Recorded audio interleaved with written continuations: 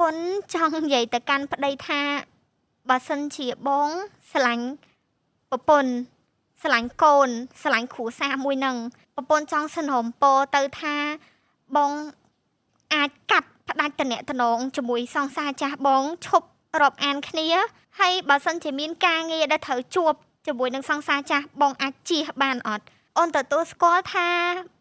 ស្ដាប់ទៅអូនរៀងអាត្មានិយមតិចក៏ប៉ុន្តែភាពអាត្មានិយមរបស់អូននឹងកើតឡើងដោយសារតែអូនស្រឡាញ់បងខ្លាំងពេកហើយវាជាអារម្មណ៍មួយដែលកើតឡើងមកពីខាងក្នុងហ្មងណាវាអត់អាចទប់បានណាអញ្ចឹងបើសិនជាអាចបងនឹងធ្វើដើម្បីគ្រួសារយើងបានអត់ខ្ញុំមានតែប៉ុណ្្នឹង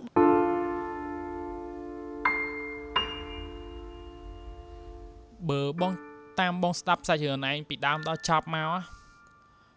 អូនឯងគួរតែបើកចិត្តនិយាយគ្នាមួយគាត់បើសិនជាល្អ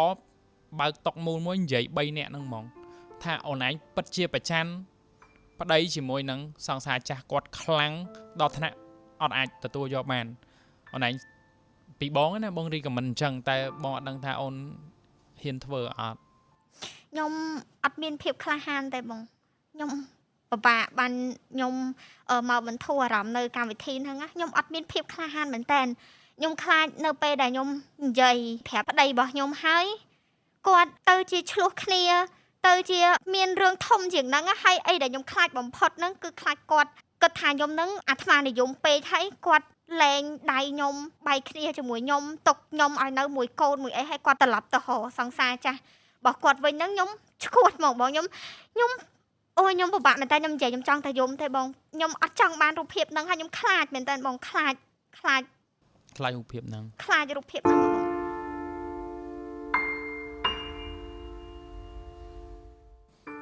បើបងតាមបងស្ដាប់មកប្រហែលជាគ្នាយើងជាច្រើនព្រោះជំរឿសល្អបំផុតមានតែនិយាយគ្នាបើឯងនៅអញ្ចឹងមានអារម្មណ៍ថាឯងគេងអោបភ្លើងនៅនឹងរហូតពេលណាដែលគេជួបគ្នាពេលណាដែលគេឆាតមួយគ្នាគឺឯងឈឺចាប់រហូតឈឺមានអារម្មណ៍ថារហថ្ងៃហ្នឹងសភាពខ្ញុំរហថ្ងៃហ្នឹងដូចគេងអោបដុំភ្លើងលេបទុកដុំភ្លើងនៅក្នុងចិត្តចឹងវាពិបាកមែនតើបងសនួរចុងក្រោយអូនឯងហ៊ានអត់ផ្ញើ link វីដេអូហ្នឹងទៅកាន់ប្តីចាំមើលសិនបងអាចនឹងរកវិធីផ្សេងបើឲ្យខ្ញុំ copy link ឲ្យផាសទៅគាត់ហ្មងវារៀងឆៅពេកខ្ញុំអត់ហ៊ានទេអាចរកពេលតនេដូចពេលនៅមួយកូនឬក៏ពេលញ៉ាំបាយអញ្ចឹងបងយើងបើកវីដេអូហ្នឹងមើលជុំគ្នាមួយគាត់ចាក់បើអញ្ចឹងខ្ញុំអាចហ៊ានចាបងអូខេបងគោរពការសម្រេចចិត្តរបស់អូនបាទហើយអ្នកទាំងអស់គ្នាក៏អាចបញ្ចេញមតិយោបល់នៅខាងក្រោម comment នឹងបានដែរហើយសង្ឃឹមថាបងនឹងចូលមើល comment ដោយសារបងជឿជាក់ថានឹងមានគ្នាយើងជាច្រើនចូល comment ដើម្បីមានវិធីសាស្ត្រជាច្រើនឲ្យអូនឯងទៅសាកល្បងអនុវត្តដើម្បីឲ្យជីវិតគ្រួសារអូនឯងកាន់តែមានសុភមង្គលខ្លាំងមកកម្រិតទៀតឲ្យ10 លើ 10 ហ្មងខ្ញុំសង្ឃឹមថាខ្ញុំឡើងមកកម្មវិធីហ្នឹងហើយខ្ញុំនឹងទទួលបានដូចអីដែលខ្ញុំប៉ងបងបាទមិនដែរពេលបានសម្រួលអារម្មណ៍ហើយបាននិយាយរឿងក្នុងចិត្តមកអញ្ចឹងហើយបានធូរស្រាលមកកម្រិតអត់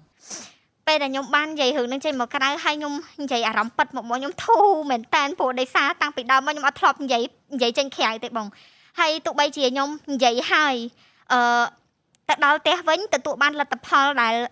គាត់អាចនឹងមើលវីដេអូនេះហើយគាត់ស្របតាមឬក៏អត់ស្របតាមយ៉ាងហោចណាស់ក៏ខ្ញុំបាននិយាយចេញក្រៅខ្ញុំធូរដែរយ៉ាងហោចយើងបានបញ្ចេញសកម្មភាពហើយចាអូខេដល់ពេលអ្នកតឹងបងវិញស្ដាប់រឿងគ្រួសារគេចង់តឹងទីកវិញឥឡូវនេះធ្វើមិនទៅ